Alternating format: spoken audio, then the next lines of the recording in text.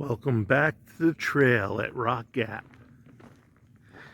Day 14 on the trail. Had 2 0 days, which felt great, but kind of feel like I dogged it. Just got a ride back on trail by Bobby the Greek, Western Carolina Shuttle Services. Great guy, very reasonable, helps you out as much as he can. So I'm gonna head over. I gotta hit Winding Stair Gap first. I'm hoping to make, I don't think I'll do Wild Ball, Wine Spring Campground. I think it's about 12 miles. I hope I don't come up short. I like that spot, but I don't think I can make the next shelter after that. But we'll see.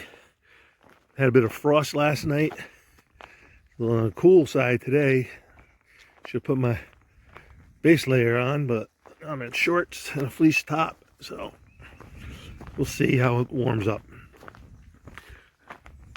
That being said, put some northbound footprints to my southbound side.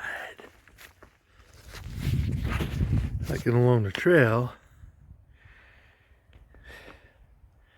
and you can't really tell. That's why I want to get this. Look how steep it is just off the trail. So you gotta be very careful you don't lose your balance to the downhill side. So let me get a move on.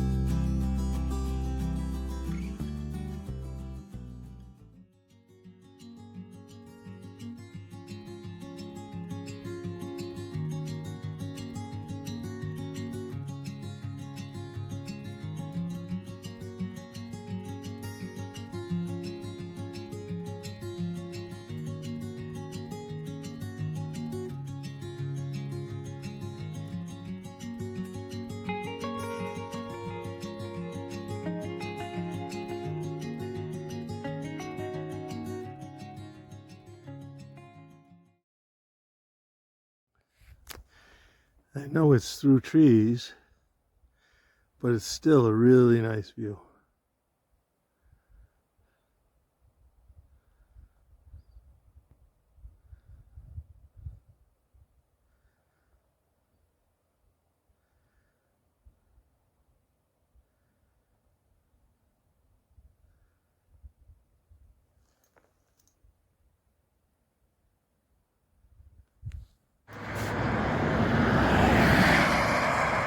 Winding Stair Gap. I came out over there, came down along the road, cross over. Sorry about that. Now heading back into the woods on the north side of the gap, or rather the trail going north.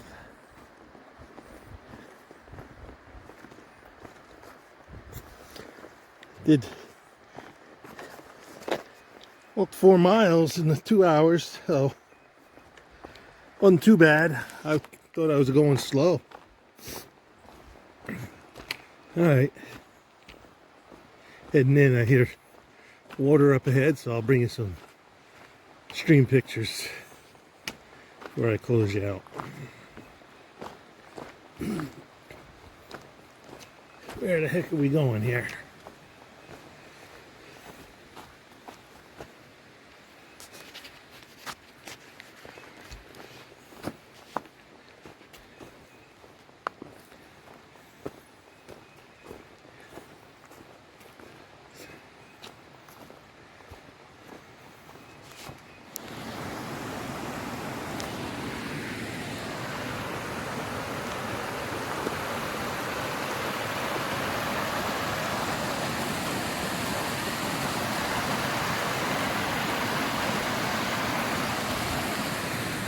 Yesterday's rain, or the day before's rain, was rip roaring here.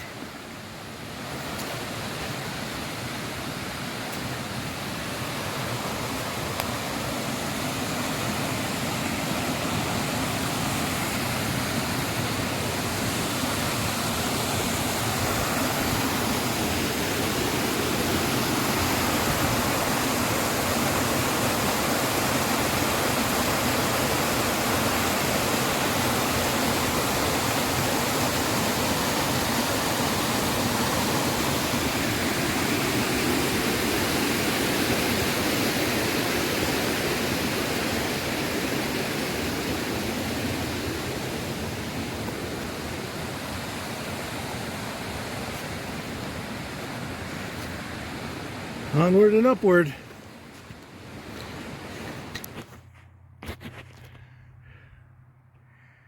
Notice anything about this area?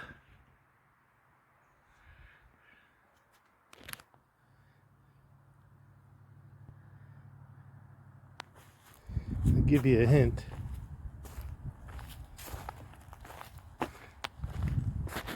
Look at the blackened scars on that tree trunk. Evidently there was a fire here. I'm going to assume it was a controlled burn. Clear out all the underbrush in the forest. Look at that.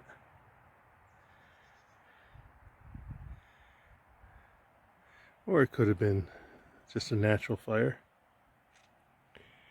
No leaves on the ground. Yeah, pretty cool. Probably in the fall. Been walking for half a mile and still seeing the remnants of a burn. There are a couple reasons why they do prescribe burns. It's a forest management practice that minimizes damage to the existing trees. I know that sounds weird, that fire minimizes it. But what happens is, we have a habit as humans to suppress forest fires. And when we do that, or when there's no natural fire for a long time, a lot of debris builds up on the forest floor. Branches, sticks, leaves, stuff like that. If you let it go too long, it builds up so much that when there is a fire, the fire is much more devastating. It gets hotter, it burns hotter and longer because there's so much fuel. So by burning every once in a while, we keep that to a minimum. And what a lot of people don't think, if most trees are capable of withstanding a fast, low temperature, quick moving fire, their bark can withstand that. But if the fire burns hotter, longer, and sticks around longer, it'll damage the trees. So by periodically burning, they can keep the damage to the older trees at a minimum. At the same time, of course, the burning ashes and stuff provide nutrients in the soil for the trees. So it's a good forest practice. It's what California does not do. California kind of does a very strict preservation type thing and fights forest fires. But a lot of people don't realize much of California's natural ecology is fire-based. Those plants and those areas are prone to fire because that is their natural ecology, periodic fires. And what the government does is, to protect homes and stuff, it suppresses any fire that breaks out. And what you do is you get a big accumulation of debris, and fuel for the fire builds up. And when there is a fire, it's devastating. And of course, a lot of those are on slopes, and then you get mudslides with the next rain because there's no live vegetation to hold everything back. The other part of the problem is that people have encroached building in these areas that are prone to have a fire ecology basis. So if they would do a little more toward prescribed burns or thinning out some of the debris, then they would have a much better ability to withstand when the fires come. That's our ecology lesson for the day. All right, Panther Gap. On our way.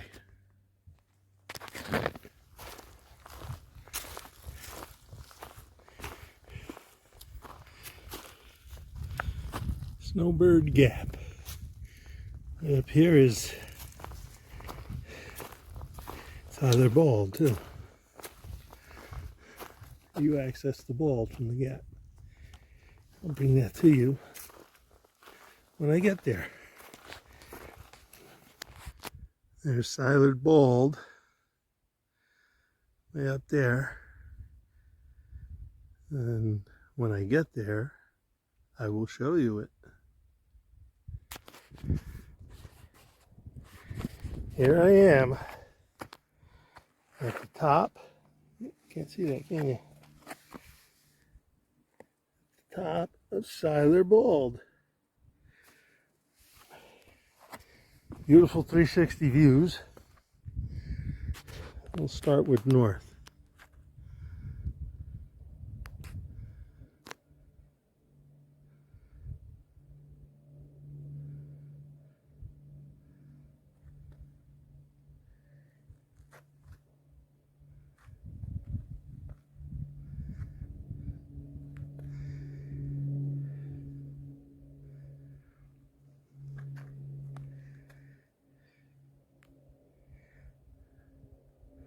Looking about south now.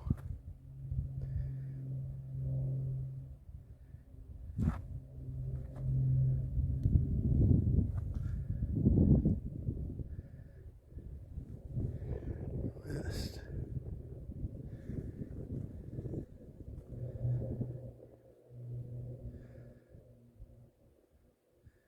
And back around to north. Beautiful up here.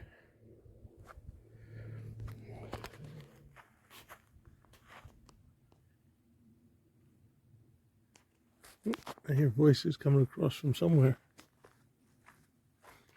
Anyway. Balds. Bald is essentially a hilltop, a mountaintop that stays in a perpetual state of a grassy state, no trees. Why it stays in that state is unclear. Indian tribes have said that the balds were always here, so it's not that they created them, unless someone in their way back history did. So they're not perpetuated by fires. Once they form, I guess a combination of the weather that it experiences and climate, essentially it stays in a state of a grassy field without any intervention. I remember seeing a paper or a report of a paper that studied that one of the important factors in keeping a bald are the organisms that live there. In other words, like mice and birds, since the mice and the birds are extremely efficient seed gatherers, hoarders, and foragers on the balds, and they keep any new seeds, like tree seeds and stuff like that, from getting a chance to germinate, which is pretty interesting. But anyway, a combination of all those items keeps it in a perpetually herbaceous state.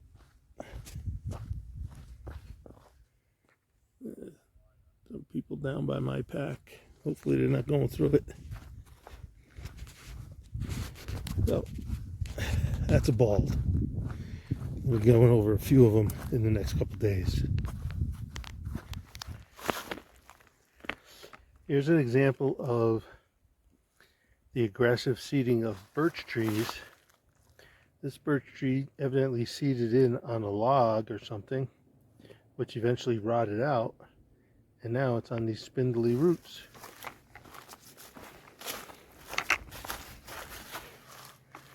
After it seeded in, the roots grew around the log into the soil, and the log rotted away. Cool stuff. Alright, Waya Gap I just came out of on my way up. Going that way, and I'll push on. Appalachian Trail.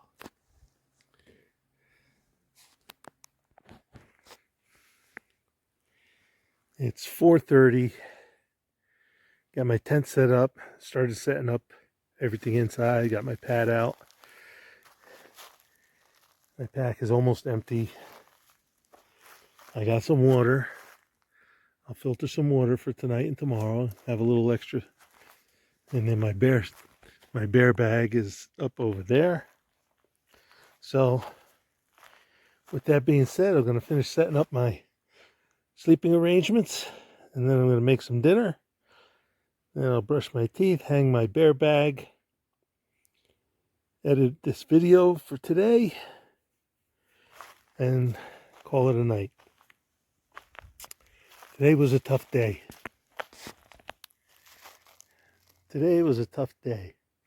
About 12 miles. I wanted to make up, I pushed to make up the 4.5 miles from Rock Gap to Winding Stair Gap. So my schedule is intact and I'm one day ahead of it. So that's good. But I struggled going uphill today. Just didn't have it. Those 2 days off really make a considerable difference. So we'll see what tomorrow brings. And I'll bring you right along so you can enjoy it as well. Tonight's dinner is going to be biscuits and gravy. One of my favorites. That's what it looks like before it's wet. Cooking a little water. When that water boils, we can throw it in there. Let it sit for 10 minutes. Let it sit in our food warming cozy. That's going to be a nice night. It's not that cool. So, we'll finish this up, brush our teeth, hang the food, and call it a day.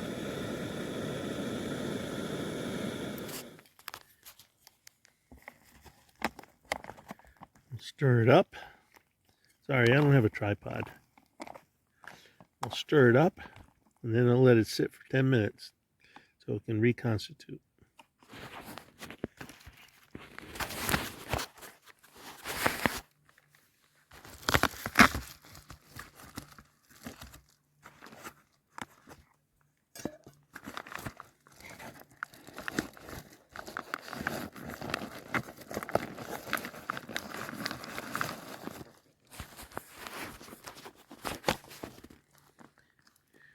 Just put it in the food cozy. We'll seal this up for warmth.